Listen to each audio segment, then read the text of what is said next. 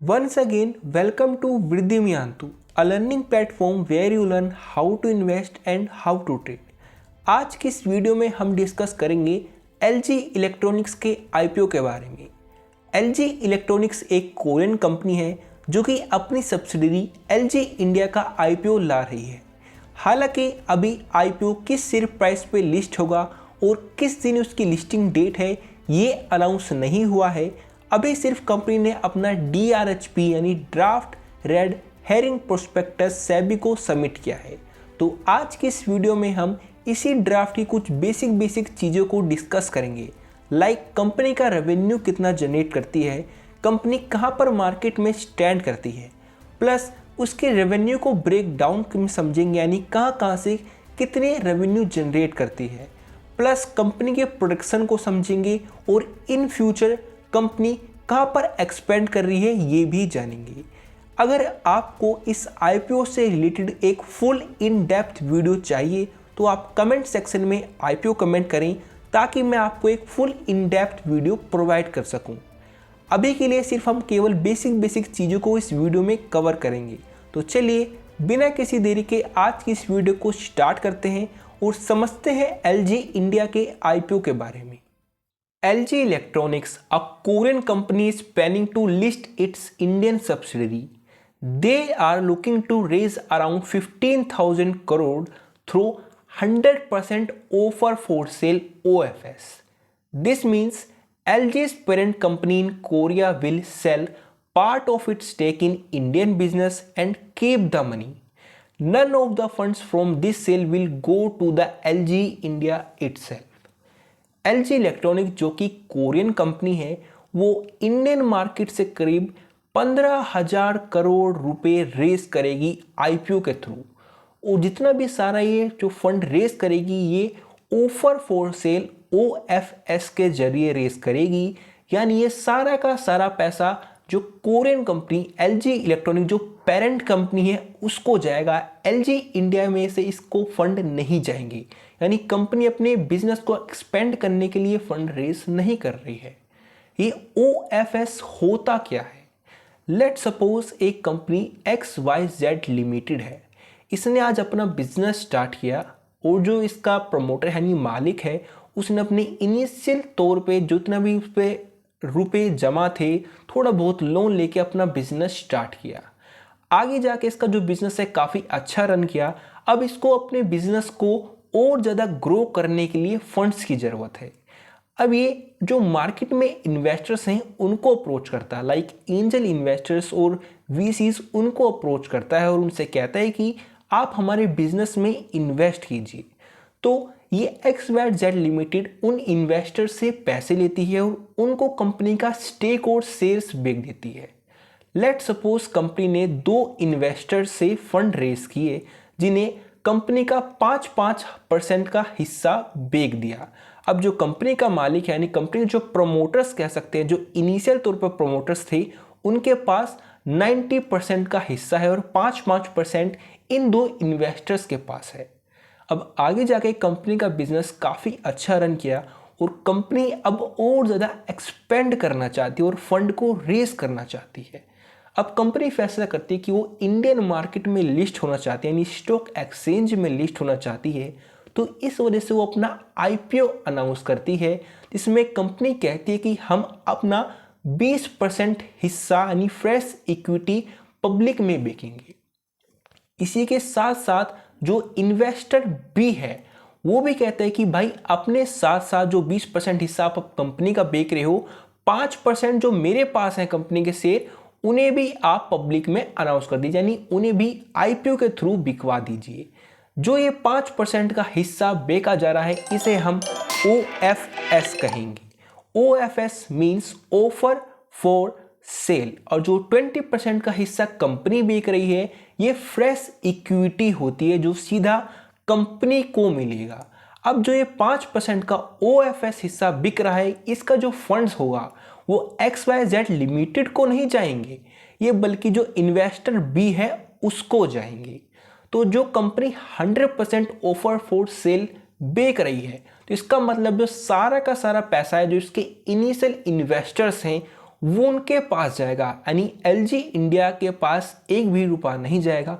इसका मतलब कंपनी अपनी फ्रेश इक्विटी सेल नहीं कर रही है, शेयर्स का डाइल्यूशन नहीं होगा। तो 100% ऑफर फॉर सेल, अभी जो Hyundai IPO आया था उसका भी 100% ऑफर फॉर सेल था। I think so 100% offer for sale ही था, और इसका भी 100% ऑफर फॉर सेल ही है। अब हम समझते हैं कंपनी के रेवेन्यू के बारे में, यानी कंपनी का जो रेवेन्यू है वो कहाँ स्टैंड करता है मार्केट में। LG इंडिया के रेवेन्यू कंपैरिजन की बात करें तो LG इंडिया इंडियन मार्केट में सेकंड लार्जेस्ट प्लेयर है कंज्यूमर इलेक्ट्रॉनिक्स में। सैमसंग के जस्ट बाद LG electronics India PVT limited का मार्केट शेयर है, जो कि इसने कैप्चर किया है करीब 21,352 crore rupees in financial year 2024। तो काफ़ी बड़ा मार्केट शेयर कैप्चर कर रखा है। अगर लिस्टिंग कंपनीज की बात करें जो इंडियन मार्केट में लिस्टेड है, उसमें देखा जाए तो LG इंडिया सबसे बड़ा प्लेयर है, यानी फर्स्ट पोजीशन पे है, मूविंग अराउंड 21,352 करोड़ रुपीस का रेवेन्यू जो जनरेट किया है फाइनेंशियल ईयर 2024 में। इसके बाद हैवेल्स, वोल्टास, व्हर्लपूल है।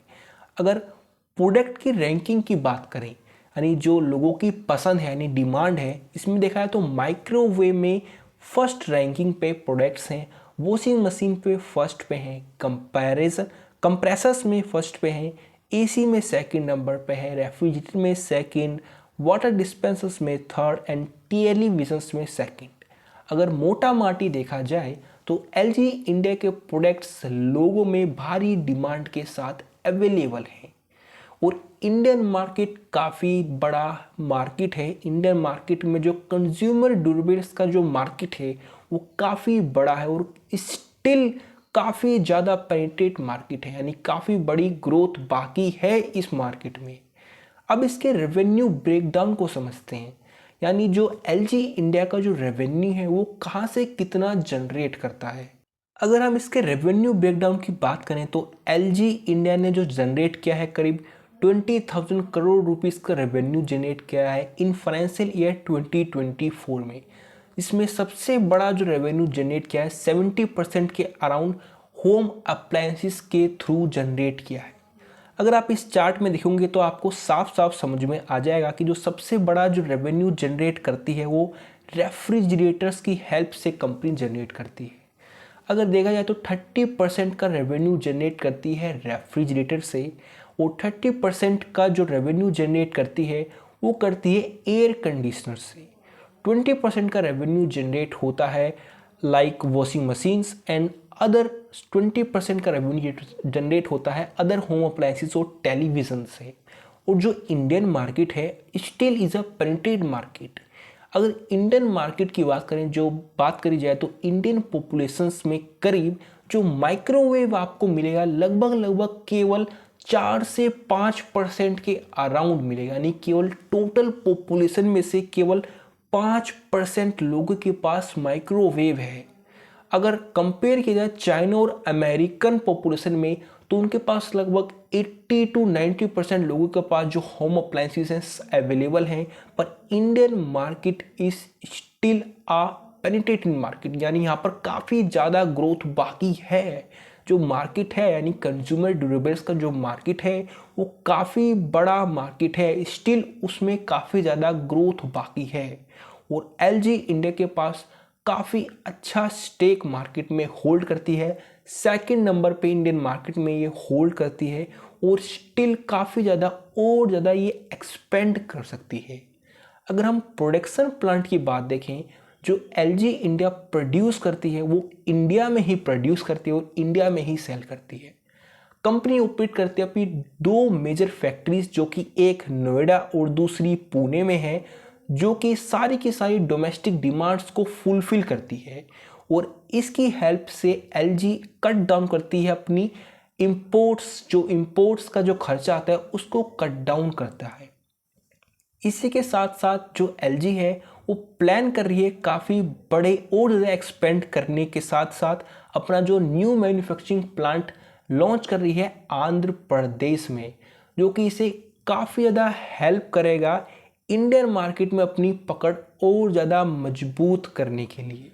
और जो इसका प्लांट है काफ़ी ज़्यादा एडवांटेज इसे मिलेगा गवर्नमेंट की पीएलआई स्कीम से। पीएलआई स्कीम एनकरेज करती है डोमेस्टिक मैन्युफैक्चरिंग्स को, और जो कंपनीज हैं उनको इंसेंटिव्स मिलते हैं और अदर हेल्प मिलती है ताकि वो इंडिया में ही प्रोड्यूस करे और इंडिया में ही सेल करे। Make in India and made in India. तो एलजी इंडिया के पास काफ़ी बड़ा मार्केट शेयर है, और एलजी इंडिया मोस्टली जो प्रोड्यूस करती है वो इंडिया में ही लोकली प्रोड्यूस करती है, लोकल ही सेल करती है। इस वीडियो में हमने इन डेप्थ कुछ भी नहीं समझा है, बस मैंने केवल आपको बेसिक चीज़ें बताई हैं। नहीं, रेवेन्यू बेसिस पे कंपनी कहाँ स्टैंड करती है, कितना रेवेन्यू कहाँ जनरेट करती है, और इन फ्यूचर कंपनी के क्या प्लान है। अगर आपको एक फुल इन डेप्थ वीडियो चाहिए तो आप कमेंट सेक्शन में आईपीओ लिखें, मैं आपको एक और वीडियो ला के दूंगा जिसमें हम इन डेप्थ डिटेल में चर्चा करेंगे इस आईपीओ के बारे में। लाइक कंपनी की वीकनेसेस क्या है, कंपनी की स्ट्रेंथ्स क्या है, कंपनी कितना रेवेन्यू जनरेट करती है, कंपनी का एबिडा कितना है, कंपनी की प्रॉफिट मार्जिन कितनी है, और जितने भी फंडामेंटल्स कोर फंडामेंटल्स कॉन्सेप्ट होते हैं सारे हम उस वीडियो में समझेंगे। तो अगर आपको इन डेप्थ इस आईपीओ के बारे में जानना है तो कमेंट सेक्शन में आईपीओ कमेंट जरूर करें। Thank you for watching this video. मिलते हैं अपनी नेक्स्ट वीडियो में, और अगर आप यहाँ तक आ गए हैं तो चैनल को जरूर सब्सक्राइब करें।